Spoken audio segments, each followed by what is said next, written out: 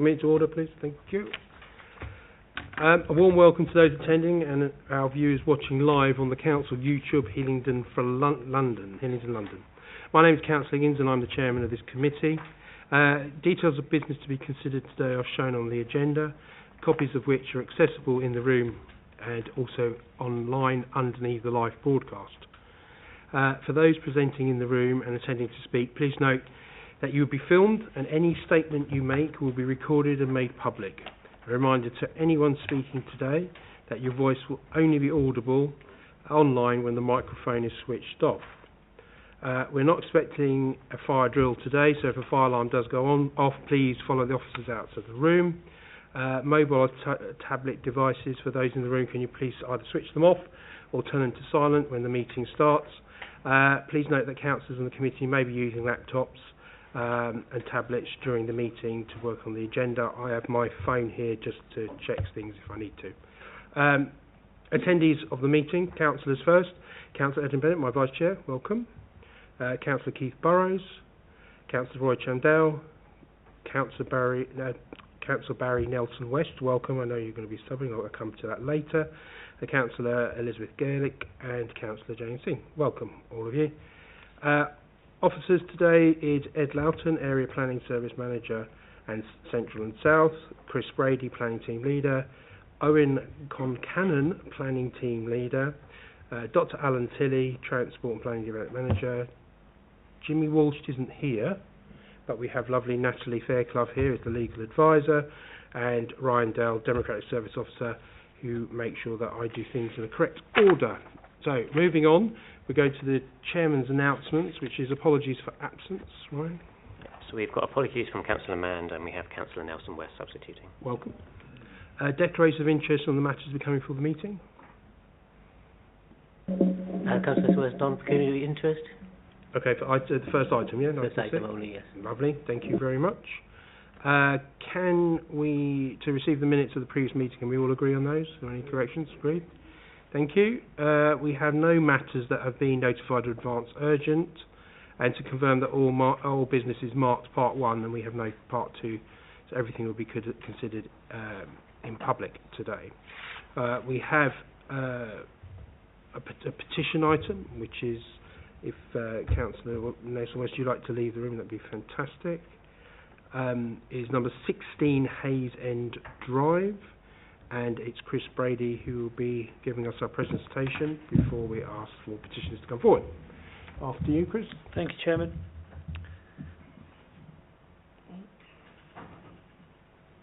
Seems a bit of a malfunction.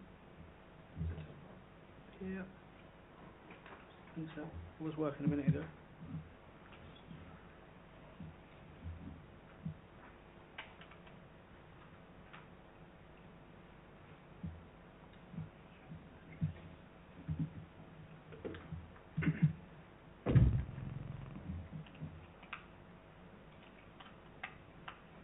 Apologies, Chairman. That's fine.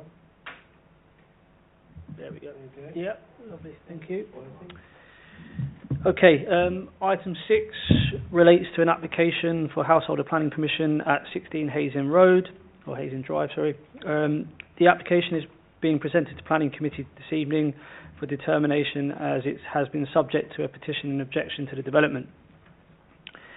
The application proposes the erection of a part single, part 2-storey side and rear extension, a loft dormer to the rear with 2 roof lights to the front roof slope, and the construction of a porch. Here is a location plan. Members will note that the site features a corner plot property within a generous amount of space to the northeastern section of the site. The site is located within an area which is highly residential in character. Here is a constraints plan. Members will note that the site is not subject to any development plan or environmental constraints. Here are some existing elevations. The application property is 2 stories in height and characterised by a hip roof.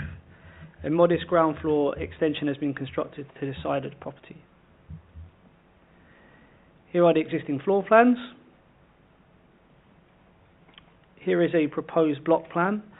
Members will note that a similar extension has been approved in 2014 directly opposite, and this has now been constructed. So that extension is here at number 31. Don't know if I can reach over there. No, yeah, so just directly opposite. Turning to the proposed floor plans, as noted within the report, the applicant has amended the scheme by reducing the width of the extension, reducing the dormer and setting it down from the main ridge. These changes result in extensions which comply with the development plan and in particular DMHD 1 of the local plan part 2. This plan also demonstrates that the extensions will not result in detrimental harm to the amenities of the neighbouring property. As shown on the right, the extensions would not breach the 45-degree line of sight drawn from the nearest neighbouring habitable room window, which is commonly used to assess the potential for overshadowing and loss of outlook. As shown on these elevations, the extensions would appear a domestic extension and domestic in scale and subordinate to the main dwelling, therefore respecting the character and appearance of the street scene. It is noted within the objections and the petition, a concern has been raised regarding windows within the side elevation at the upper floor level. These windows have since been removed and therefore these concerns have been addressed. Here we have a bird's eye view plan.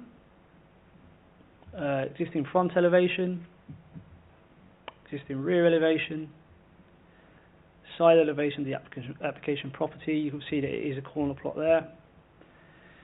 A view looking towards the site from Blacklands Road. Properties on the opposite corner, so you'll note that the property on the opposite corner has been developed. I'm not sure whether I'll go through the petitioner's slide. So a petition has been submitted. These were the petitioner's slides that have been submitted. Oh, you do that after? Okay. If you don't mind, Chris would do that later when Ryan's reading out the petition. Yeah, you no can problem. just pop them through as he's going along. Is that okay, Ryan? Yeah. All right, I'll just finish the presentation. In summary, the revised plans illustrate that the proposal is a domestic scale extension to a domestic property and therefore conforms with the development plan. Officers do note the residents' concerns regarding the potential use of the property as HMO. This doesn't form part of this current application. Given the scale of the property, it would be likely that any change of use to convert the dwelling to a HMO would require the benefit of separate planning permission. However, I would draw members' attention to condition 6 within the report pack, which does place a restrictive condition on the property relating to single dwellings occupation. So, should the property be converted into a HMO, it would be in breach of that condition. For these reasons and those set out within the detailed officer's report, we recommend approval. Thank you, Chairman. Thank you, Chris. It's a good report. Okay, Ryan, you want to read the petition? It's Nikki Hunt, isn't it, I believe? We have no objection to a family extending their home, as in the case of 31 and 33 Hayes End Drive, but this is not the case with this rented property, 16 Hayes End Drive. Please see the photos. It is a landlord trying to maximise future profits by adding as much as he can to the property to increase the income from as many tenants as he can. We have come to this conclusion due to all the previous applications he has put forward. 27th of September 23, erection of a three-bedroom dwelling to the rear of the existing house was rejected. 17th of January 24, erection of a three-bed dwelling next to the existing house was rejected. 10th of May 24, erection of a two-storey, two-bed house attached to 16 Hayes End Drive. Applicant was given the option to withdraw the application or it would be rejected. 15th of July 24, erection of a part single, two-storey side and rear extension, no objection from petitioners. 22nd of August 24, amended planning application with a larger footprint of the two-storey side and rear extension, rear dormers, roof lights, two double back doors and large windows on the side of the extension. Applicant had to reduce the width of the two-storey extension. 16th of October 24, an extra large window added to the side extension, making it 3 large windows and a side door, already having 2 double back doors, so potentially becoming a dwelling attached to 16 Hayes End Drive with an entrance from Wilmer Close. We strongly oppose to 3 large windows on the side elevation. None of the other corner houses have been allowed such large windows, other than a single small opaque window for the landing, one per floor, due to the fact that the end elevation overlooks neighbouring properties and will overlook our entire rear garden, resulting in a lack of privacy. Please see the photos. And the door in the side elevation, again, no other corner houses have been allowed a side door. Please see photos. Our big concern is that this door will become a front door to a divided property, i.e. 16 and 16A. If the council approves this application, could you please install a couple of conditions that the house cannot be divided into two properties and no house of multiple occupancy? Other considerations are Wilmer Close is significantly narrower than other local roads, so potentially having an extra dwelling on the side of 16 Hayes End Drive or turning to an HMO would cause greater problems for parking on an already congested close. This is a medium floodplain, and having this extra building footprint could increase the runoff, increasing the risk of flooding. Thank you for your consideration. Thank you, Ryan. Is the applicant or agent here? No? No? Okay. So we have a ward councillor. Councillor Davis, would you like to come to the table?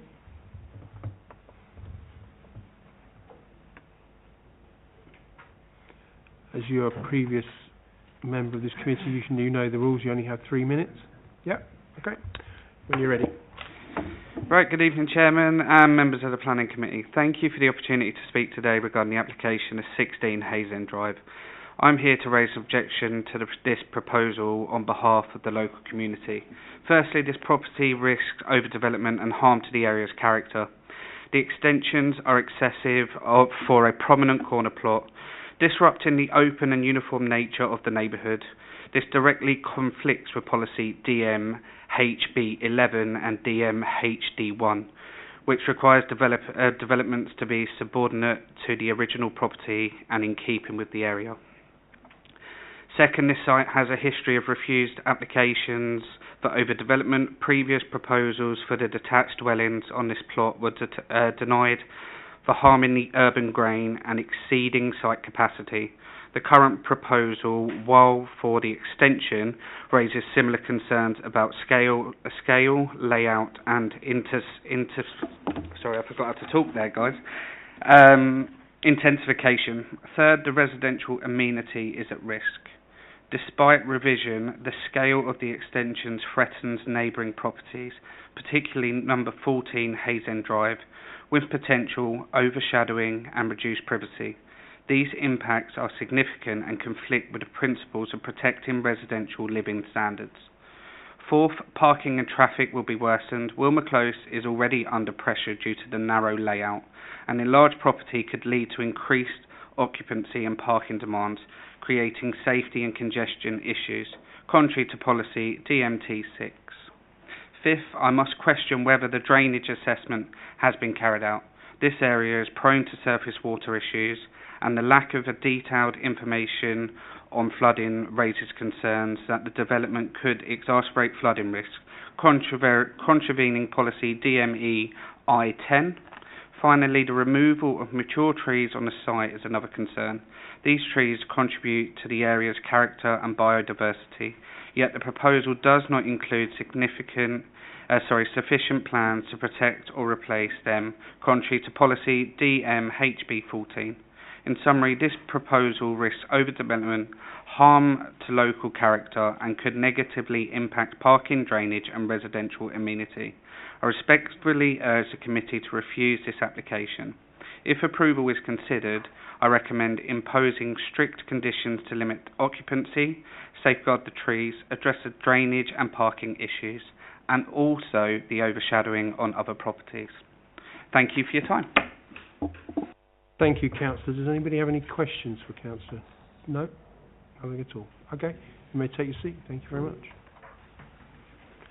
Okay, before I open it to the floor, I just officers to obviously answer some of the questions that were asked. I think so. Chris, are you going to start first? Yep. Thank you, Councillor. Raised some valid points. I'd like to just address the point regarding the policies which are referenced that this doesn't comply with at first. So Policy DMHD1, as set out in the committee report, is set out in detail. States that for side extensions they shouldn't measure more than half the width of the existing front elevation. The revised plans demonstrate that this does not breach that, so I would say that this does conform with the policy. In terms of the first floor extension, DMHB 11 requires a policy test to be passed, which is a 45-degree angle drawn from the nearest habitable room window in the centre line of that. The plan, which I showed on screen a moment ago, did demonstrate that 45-degree angle is not breached. Therefore, neither the side extension or the first floor side rear are in contravention of DMHB 11 or DMHD 1. It's important as well to give context to local character. So we see on screen now a slide which demonstrates that there's been a side extension constructed, a rear dormer constructed. This development, given its policy compliance, would not significantly harm character and appearance of the area. There are examples of this type of development within the local character. We can't ignore those, and therefore this would not deter from the character and appearance of the street scene. Therefore, it doesn't contravene DMHB 11. To answer the point regarding occupation, we've heard about the condition that's been imposed, condition 6, that prevents any future doubt over whether planning permission would be required to convert the property into a HMO. The property can't be converted into more than one dwelling without the benefit of permission. So the only reasonable thing that we could do would be to add that condition. I would be comfortable that due to the room sizes and the scale of development that would be built out, it probably would require the benefit of permission even without that condition anyway. So we have gone above and beyond in order to ensure that any intensification of the use of the site is addressed. And then finally, just on the flooding matter, and the landscaping point that Councillor raised. So the site isn't within a flood risk area. Therefore, adding a condition regarding surface water drainage wouldn't be justified. It wouldn't meet the relevant conditions tests. In terms of the landscaping, it is noted that there is some planting and vegetation on site that could be affected by the development. As far as this application is concerned, there isn't anything in there. It's not in a TPO area. The trees are not protected. Therefore, they could be removed without consent. What we have sought to do is impose a landscaping condition which requires details of landscaping to be submitted post determination by committee. So I would say that we've gone above what we need to do to try and address the issues within the petition. Thank you, Chairman. Thank you, Chris. Right, I'll open it to the floor. Who's going to take me away first? Adam, Councillor Bennett. Thank you, Chair. What was interesting when I was reading through this is that the footprint of the property compared to nearly all of the properties in the surrounding area is one of the smallest. Every other property seems to be of a bigger scale, and if pretty much near identically mirrored across the road is this development, this application 10 years ago there. I think you've got it on one of your slides. This one? Yeah. It's very difficult to be able to say, right, 10 years on, we're now not going to allow for exactly the same type of thing to be done on a corner plot, which is very commonplace all across the borough and everywhere. A question was around HMOs. So obviously the petitioner raised the concern around, can we stop this property being broken into two properties? Can we stop it becoming a HMO? For the latter, they would have to apply for it to be an HMO.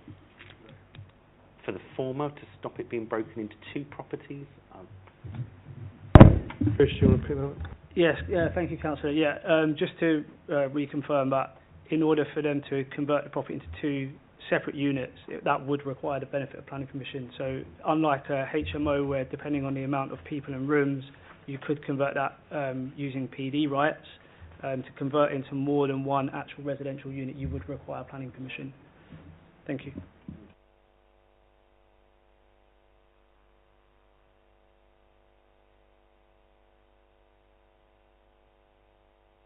Sorry to being so rude, Councillor Bennett. I'm just confirming that about PD rights, but because it's quite tight here, it'd be very difficult for them to do anything. So that's right, Chris, isn't it? So, any other questions, Councillor Bennett? Nope. Councillor Roy Chandal. Councillor Chandal. Thank you, Chair. I think the questions have been answered. The Councillor Davies, made some very good points. It's good to see a councillor at least turn up and put forward the views of the residents. I think the points that Councillor Bennett made, I think we need to reinforce them, that looking at the previous history of what the residents are saying and what the applicant wants to do now, we've got to go by the plans that are put before us, so we have to take them at face value. With that, I believe the officers have reached a good compromise. In terms of the street scene, looking at that house across the road to it, I mean, that sticks out like a sore thumb. I'm sorry, you can see that. So in terms of the street scene, there's not much going there. So with everything that's been said and all the explanations that we've had from the officers, I would go with the officers' recommendation. Thank you. So proposed, Councillor Singh. Thank you, Chair. May I ask the officers about the parking spaces? How many parking spaces are there? Also, how many bedroom total? Okay. Thank you, Councillor. Parking isn't depicted on the plan, but what you can see at the front here is quite a large area of hard standing, so it would comfortably fit more than enough. A three-bedroom property, in terms of the parking standards, would require 1.5 spaces. This is a three-bedroom property, and you could probably fit double that, at least on the frontage, so I don't think parking's an issue. Parking would be an issue if we were dealing with an intensification of the use, so if you were splitting in from 1 into 2, but that's not what's being proposed here. It is an extension, so we're not required really to assess any additional parking need. Thank you. Councillor Gerlich. Thank you, Chair. I'm just looking for confirmation about the footprint, let's say it's in square meters, what's the original, and how it will enlarge with additional area.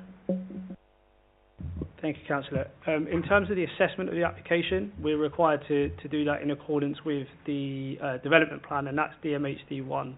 DMHD1 does not require a specific square meterage. It's based on a set of parameters, so that would be the side, for example, the side extension would be required to measure no more than half the width of the original front elevation. The rear extension should measure no more than 3.6 metres deep. So although the reason why we don't base that on a square meterage is because you could have a very small house which could obtain extensions under PD, and there's no square meterage that's taken into consideration there. So as much as this, you may ask for a comparison between the existing and proposed, it is quite clear that DMHD1 doesn't ask for that, and what it does do is set clear guidance and parameters about how wide it should be, how deep it should be, and this does conform with that. So the footprint can even double? Phone, please. So can the footprint double, including the extensions? Yeah, that would be allowed, but that's not how we assess planning applications for permission for an extension. It's done in accordance with DMHD1, which is set out in the committee report. Thank you. Councillor Burrows. Thanks, Chair. I just want to say I think the Ward Councillor did put across some good points on behalf of his residents. But looking at the conditions that officers have put in here, I think they have gone over and beyond to make sure this doesn't come an HMO without actually coming back anywhere. And so, based on that and the conditions that are here, I would like to second the proposal that Councillor Chandel said. We accepted officers' recommendation for approval. Thank you very much, Councillor Burrows. So I'm proposed and seconded. Can I have a show of hands, all those in favour? That's unanimous. Thank you very much. That's approved the officer's recommendation.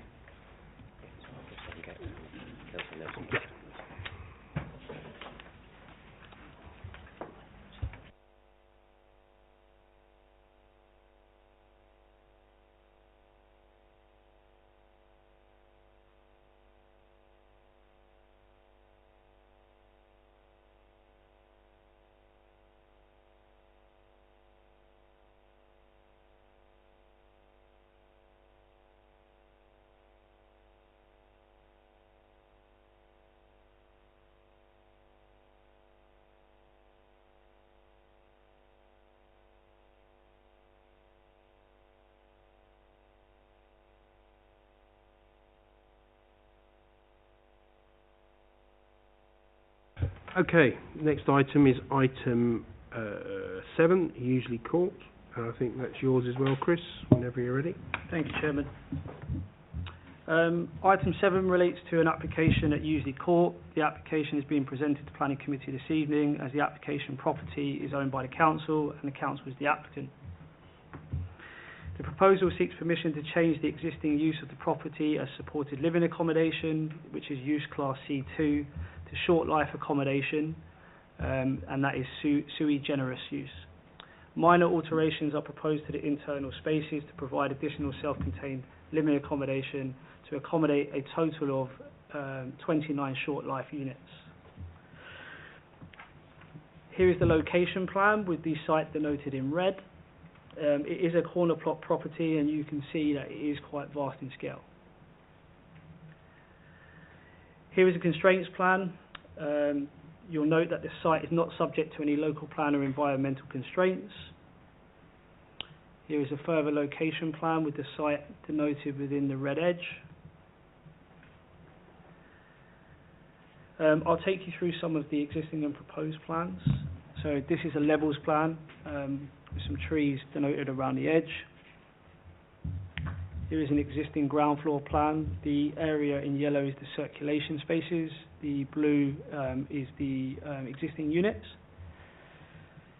Here's an existing first floor plan, very much the same as the ground floor, apart from there is a small area in the middle which is a roof form. Existing and north and south elevations, existing west and east elevations. Here is the proposed site plan. You'll note that there are some parking spaces, 15 of them, including 2 DA spaces on the left-hand side of the plan. Here is the proposed ground floor plan, proposed first floor plan.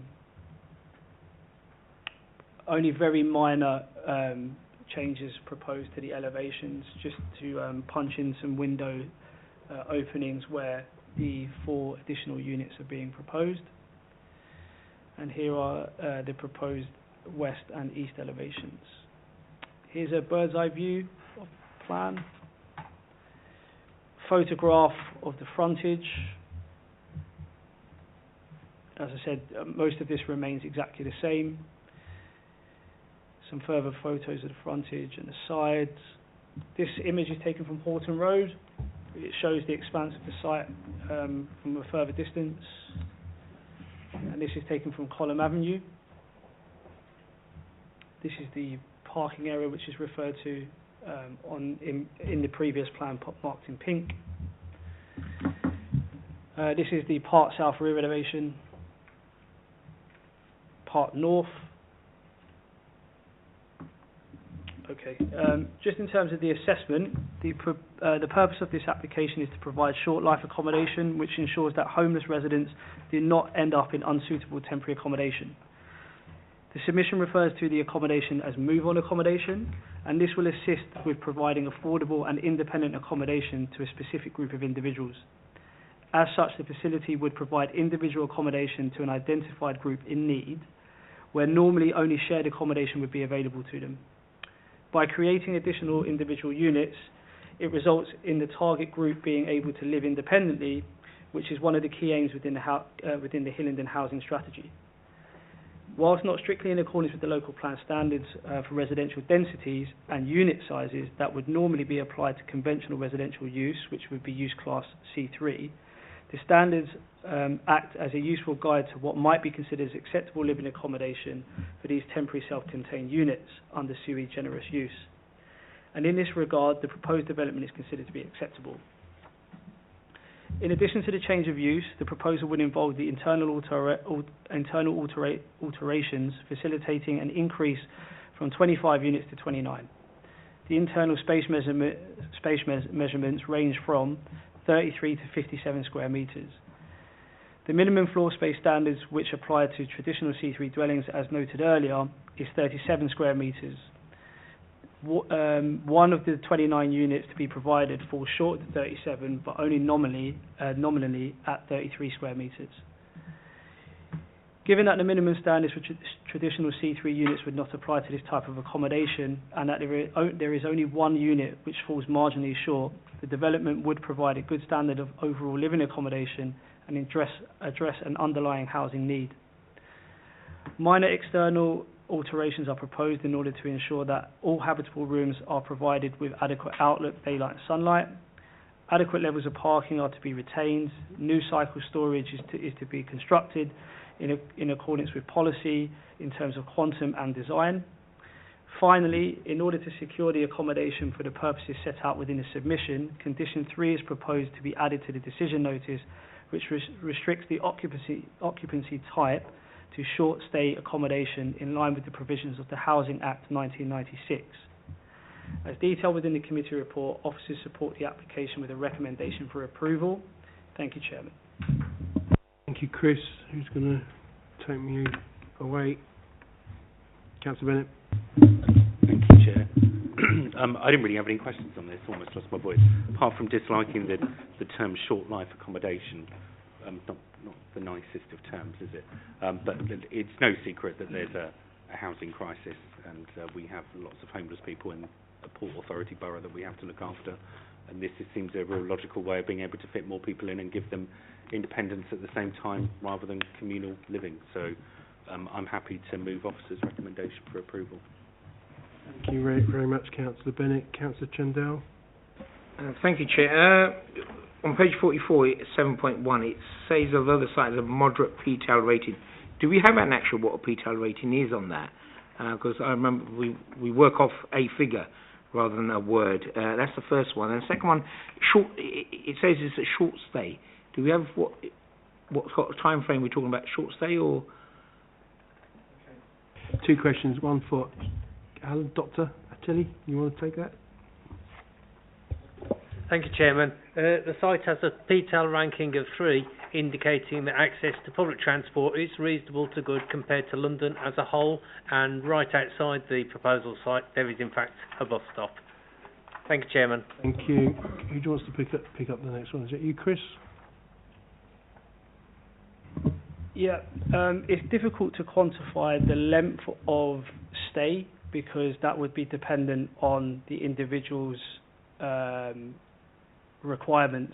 So we can't say that there would be someone in this, say, for 3 months or 6 months, because it's dependent on other factors, such as being the availability of accommodation to move on to. So within a condition, we wouldn't really be able to control that, and nor would we, because we would be restricting a specific person, then therefore making them potentially homeless again.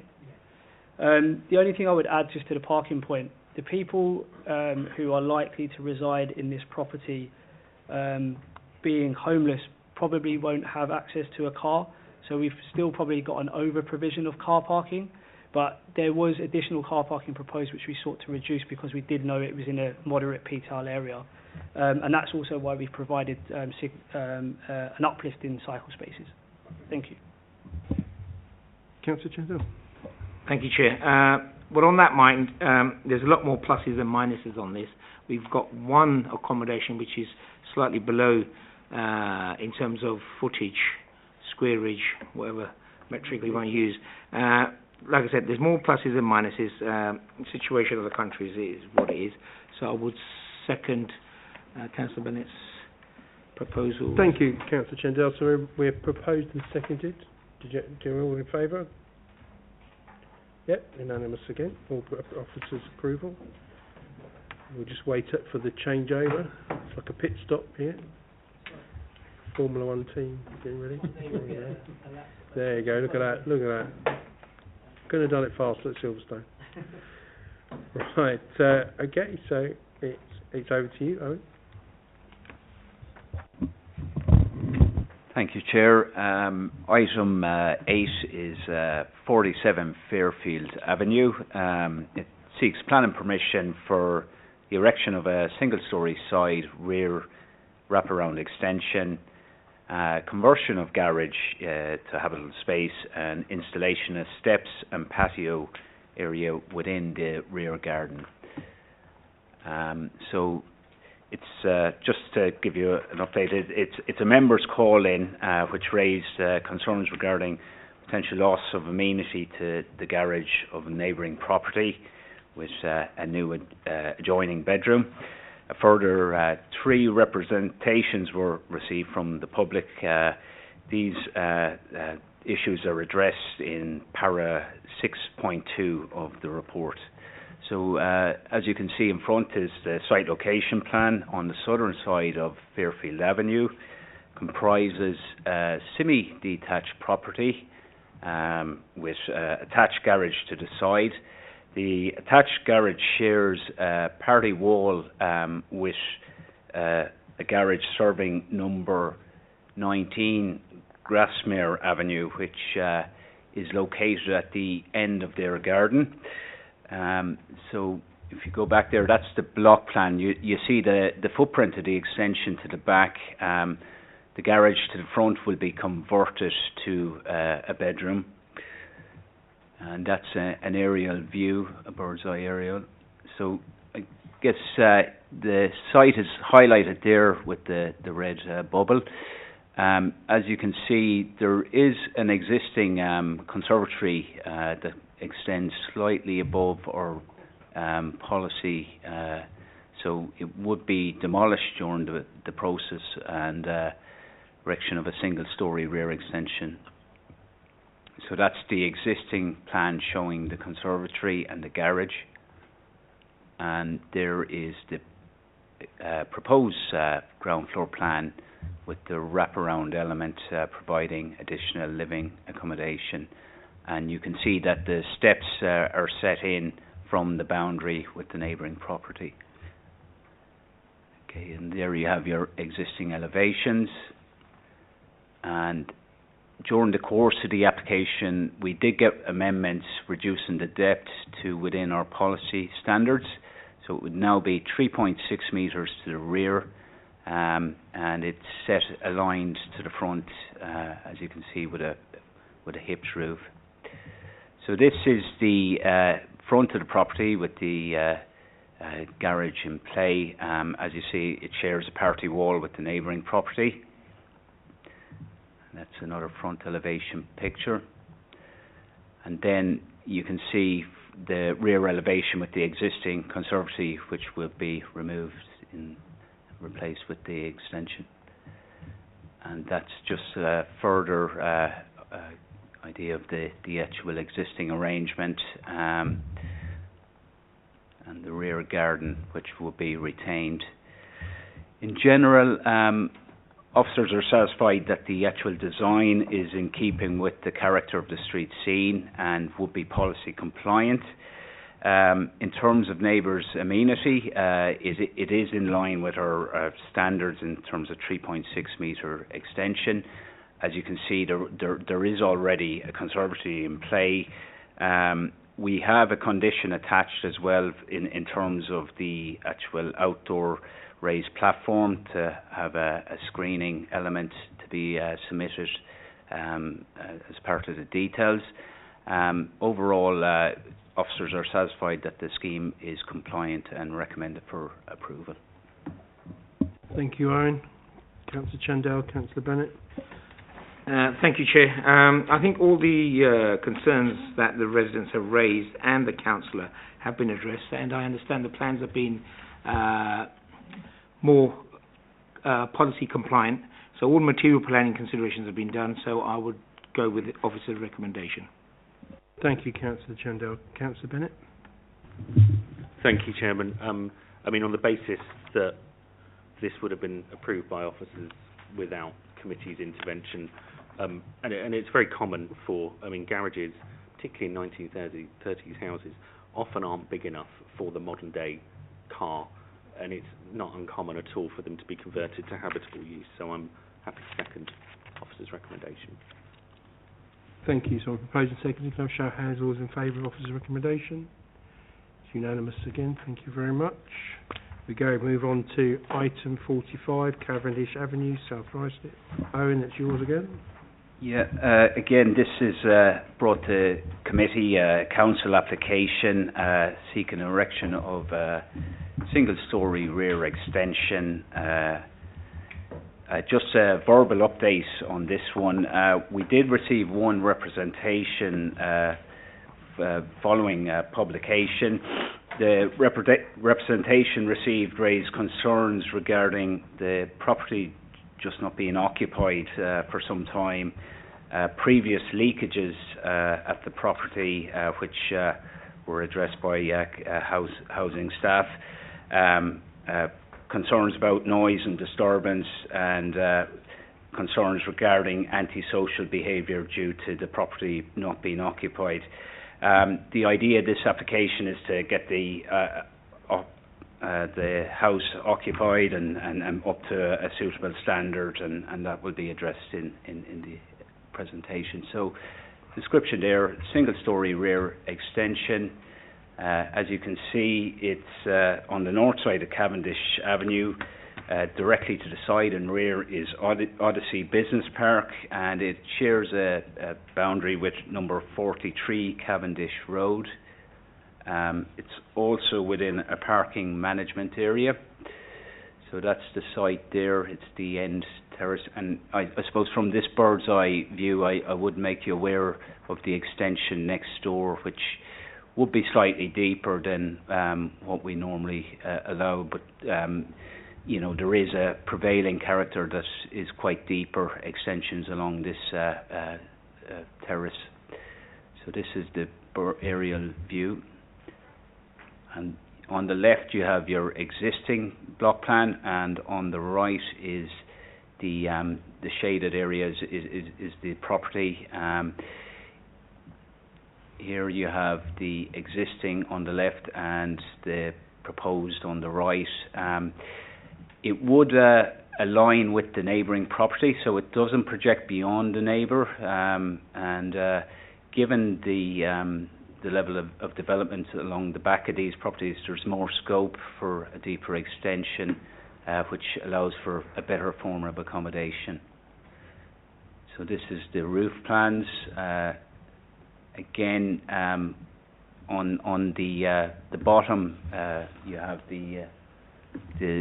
the actual proposed elevations. I suppose the key plans would be the middle one, which shows it, the flank elevation, and also the far right plan, which is the proposed rear elevation.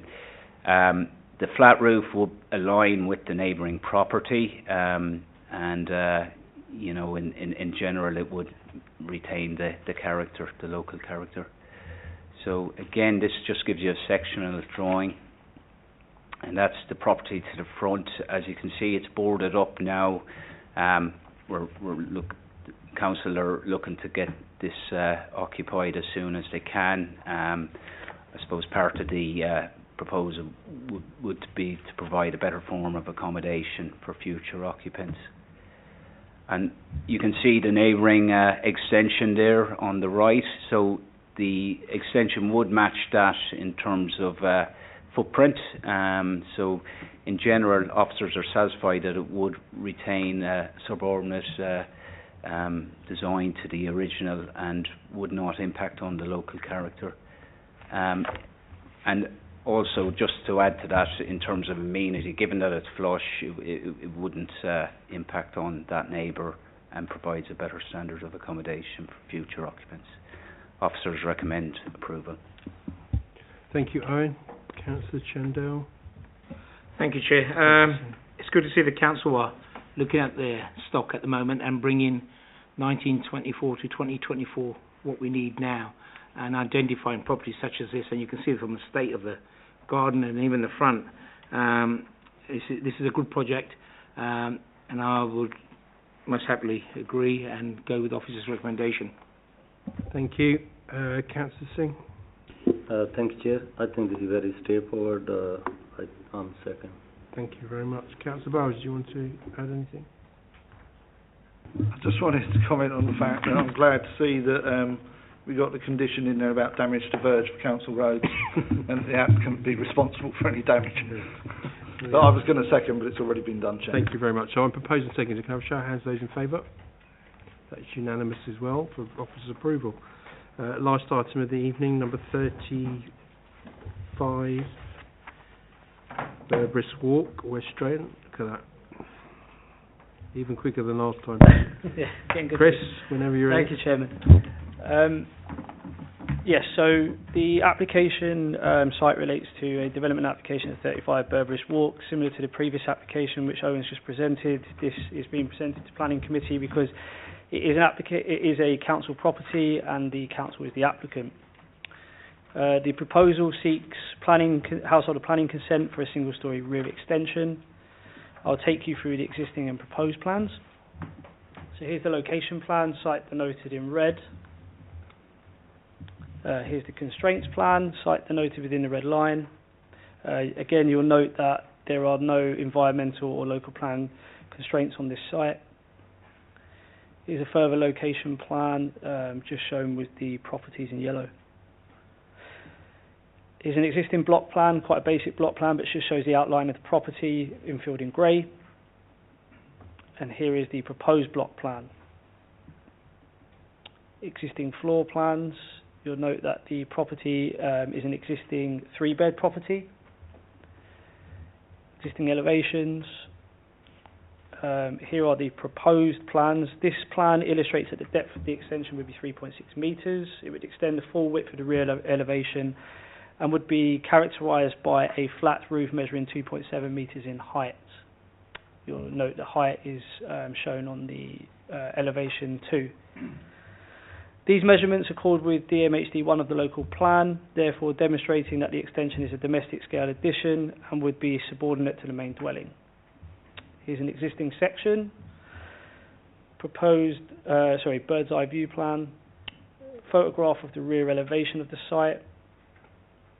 Here's the site in relation to the neighbouring property.